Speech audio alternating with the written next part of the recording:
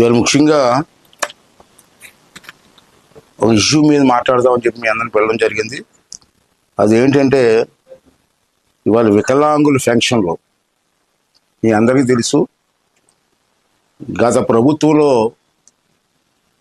దొంగ సర్టిఫికెట్లు పెట్టుకొని డాక్టర్స్ని మేనేజ్ చేసి వికలాంగుల ఫెన్షన్ తీసుకున్నారు. దాని మీద నేను గవర్నమెంట్కి ఒక లెటర్ రాశాను.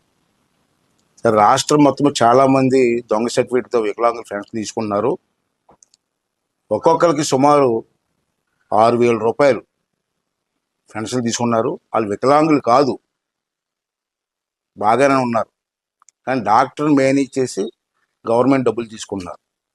ఇది చాలా అన్యాయం అని చెప్పి నేను ముఖ్యమంత్రి గారికి లెటర్ రాశాను. రాసేపటి 2 నెలల పైన అవుతుంది. తర్వాత ముఖ్యమంత్రి గారు దాని మీద వెరిఫికేషన్ పెట్టారు. తర్వాత ముఖ్యమంత్రి గారికి స్వయంగా ఒక స్టేట్మెంట్ ఇచ్చారు.